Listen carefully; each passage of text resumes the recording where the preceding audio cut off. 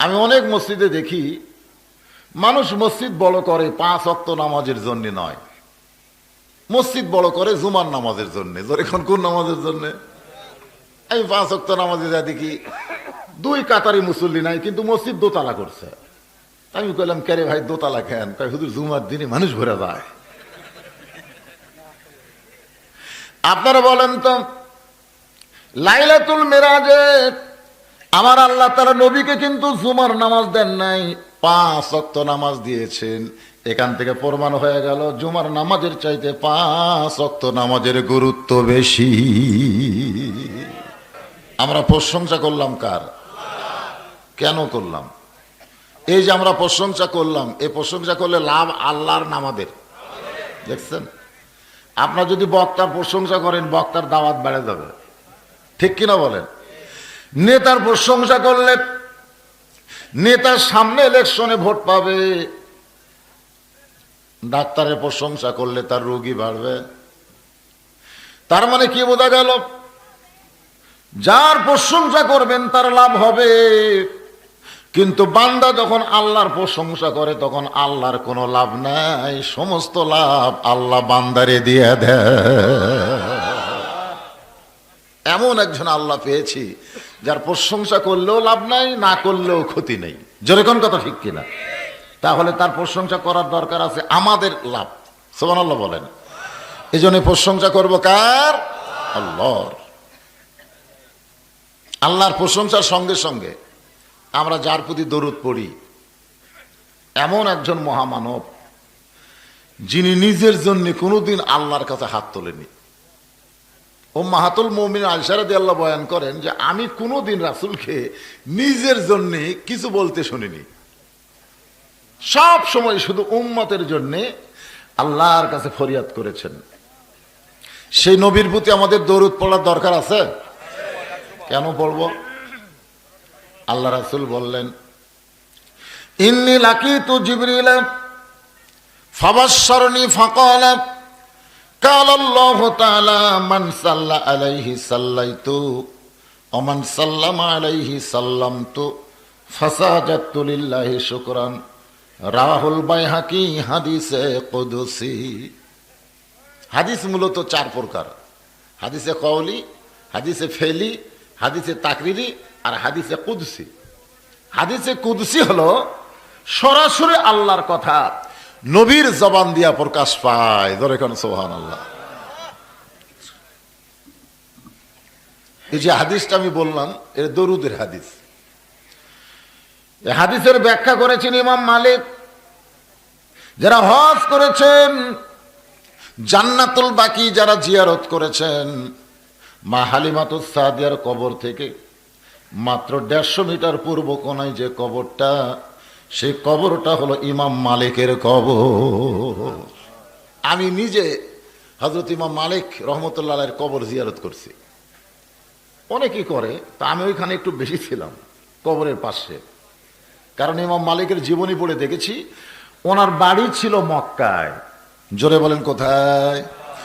উনি একাধারে 11 বছর উনি কাবার ইমাম ছিলেন। সুবহানাল্লাহ বলেন। কিসের ইমাম? কাবার ইমাম। 11 বছর। উনি একদিন জোহরের নামাজের ইমামতি করতে গিয়া উনি লক্ষ্য করে দেখেন তার মুখ আছে কাবার দিকে, কিন্তু মনটা মদিনার দিকে চলে গেছে। হাদিসে আছে বিস্তারিত, হুজুরি কলব ব্যতীত করছিন কালেও নামাজ তোর হবে না, তবে কেন গাও জোয়ারি মানুষকে দেখাও নামাজ পড়ি, ও তোমার সিদ্ধ বীজে সুফসল ফলে না। মসজিদের মধ্যে ঢোকে মানুষ, নামাজের মধ্যে ঢোকে না। অনেকে মসজিদের মধ্যে ঢোকে ঠিকই, কিন্তু নামাজের মধ্যে ঢোকে না। আসলে মসজিদে ঢুকে তো লাভ নাই, ঢুকতে হবে নামাজের ভিতরে। বলা হয়েছে নামাজ হচ্ছে আসসালাতু মেরাজুল মুমিনিন, নামাজ হচ্ছে মুমিনদের মেরাজ। আজকে আমরা কত সুন্দর সুন্দর মসজিদ করছি, এটা তো এখন সুন্দর হবে, এখনো হয়নি নাকি? কোন হবে কি হবে না? যে হারে দান করলেন আপনারা, আগামী বছর আস্তে আস্তে ইনশাআল্লাহ এই টিনের বেড়ার থাকবে না, মসজিদ বিল্ডিং হয়ে যাবে। আমি অনেক মসজিদে দেখি মানুষ মসজিদ বড় করে 5 ওয়াক্ত নামাজের জন্য নয়, মসজিদ বড় করে জুমার নামাজের জন্য। এখন কোন নামাজের জন্য? আমি 5 ওয়াক্ত নামাজে যা দেখি 2 কাতারি মুসল্লি নাই, কিন্তু মসজিদ দোতলা করছে। আমি কইলাম, কেরে ভাই দোতলা কেন? কয় হুজুর জুমার দিনে মানুষ ভরে যায়। আপনারা বলেন তো, লাইলাতুল মেরাজে আমার আল্লাহ তাআলা নবীকে কিন্তু জুমার নামাজ দেন নাই, 5 ওয়াক্ত নামাজ দিয়েছেন। এখান থেকে প্রমাণ হয়ে গেল জুমার নামাজের চাইতে 5 ওয়াক্ত নামাজের গুরুত্ব বেশি।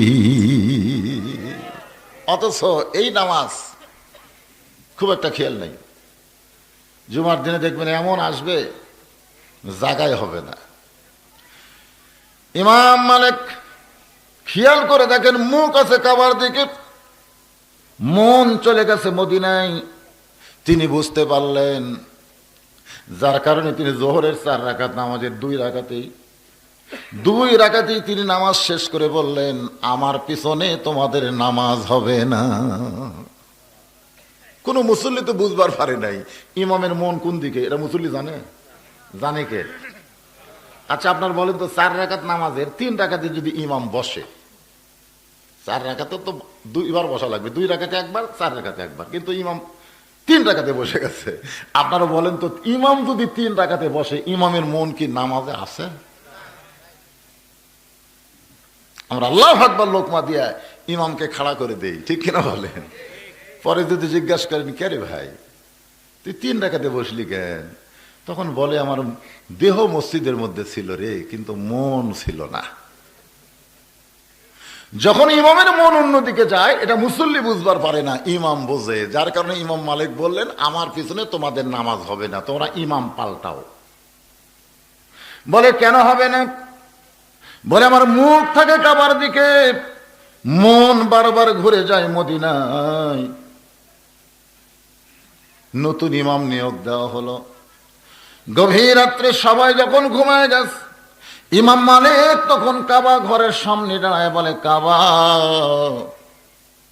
আমি আর মক্কায় থাকবো না, যেখানে আমার মন যায় সেখানে আমি যাবার চাই। মনে বড় আশা ছিল যাব মদিনায়। সবাই বলেন, মনে হে বড় আশা ছিল আমি যাব মদিনায়। সালাম আমি করব গিয়া নবীজির রওজায়, মনে বড় আশা ছিল আমি যাব মদিনায়। ইমাম মালিক বললেন, কাবা আমারে মাফ করে দে, আমি আর মক্কায় থাকবো না, মদিনায় যাব। এমন সময় কে যেন কাবার ভিতর থেকে বলতেছে, আব্দুল মালিক তুমি চলতে পারো, হাঁটতে পারো বলে মক্কা ছেড়ে মদিনায় চলে যাবে, কিন্তু আমি কাবা যদি তোমার মতন চলতে পারতাম, তাহলে আমিও মক্কায় থাকতাম না, চলে যাইতাম নবীর দেশ মদিনা। ইমাম মালিক কিন্তু আর মক্কায় থাকেনি, মদিনায় থেকেছেন। তার জীবনে পড়ে দেখেন, জুতে স্যান্ডেল পায়ে দেন নাই, সবসময় খালি পায়ে হাঁটতেন। আর বলতেন, মদিনা মানুষ না হয়ে যদি তোর বুকের মাটি হইতাম রে, আমার জীবন ধন্য হয়ে যেত। ইমাম মালিক মদিনার ধুলি মাটি নিজের গায়ে মাখতেন আর বলতেন, মদিনা আমি মানুষ না হয়ে যদি তোর বুকের মাটি হইতাম। কানতে কানতে যখন বেহুশ হয়ে পড়ে যায়, ওই সময় ইমাম মালিক দেখে আল্লাহর নবী আর রওজায় নাই, ইমাম মালিকের শিহরে দাঁড়িয়ে আছে।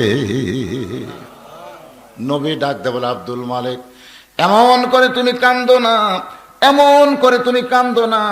এই মদিনা তো মদিনা ছিল না, ইয়াসরিব ছিল। আমি নবীকে কোলে নেওয়ার কারণে হয়েছে মদিনা। আমার যে উম্মতেরা আমি নবীকে কলিজার মধ্যে জায়গা দিবে, আমার সুন্নাত আদর্শ মেনে চলবে, আমার এক একটা উম্মত মদিনার মতো দামি হয়ে যাবে। সেই আব্দুল মালিক, ইমাম মালিক হাদিসের ব্যাখ্যা করে বলেছেন। ব্যাখ্যাটা হলো কি, আমরা যেই নবীর প্রতি দরুদ পড়বো, আমাদের নবীটা কি, এইরকম একটা গানও আছে। গানটা গাবো? মনের ঘরে তালা দিয়া চাবি নিয়া আসেন সাধকি তার হুকুম ছাড়া বাইরে যায়, হুকুম ছাড়া বাইরে যায়।